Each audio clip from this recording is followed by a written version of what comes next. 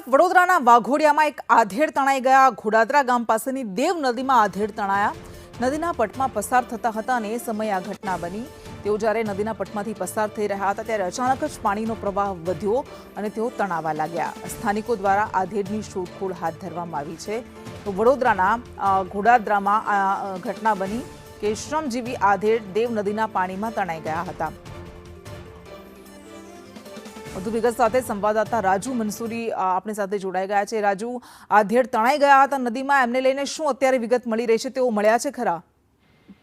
ના જી કૃષ્ણ, તે અત્યારે આપણે વાત કરીએ ત્યાં સુધીની જો વાત કરવામાં આવે તો હજુ સ્થાનિક લોકો તેને શોધખોળ કરવાની આજ તજવીજ હાથ ધરી રહ્યા છે। એક બીજી બાજુ ગ્રામના સરપંચ દ્વારા મામલતદાર અને ટીડીઓને ટેલિફોનિક જાણ કરવામાં આવી છે અને વડોદરા ફાયર બ્રિગેડને પણ જાણ કરવામાં આવી છે। હજુ સુધી ત્યાં કોઈ તપાસ માટે પહોંચ્યા નથી, પરંતુ હાલ ત્યાં પહોંચી અને તેઓની તપાસ શોધખોળ હાથ ધરવામાં આવશે।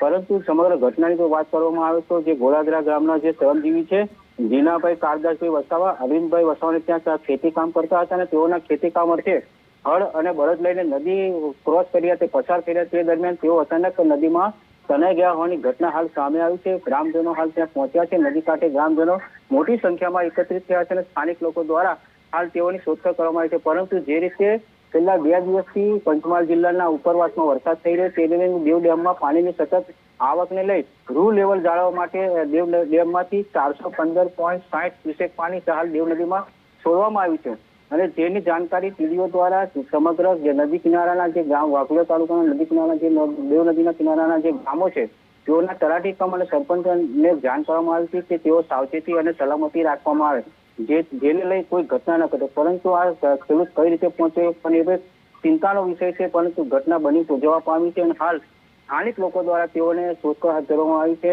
અને તેઓની શોધખોળ હાલ દેવ નદીમાં ચાલી રહી છે। જી બિલકુલ, આભાર આપનો।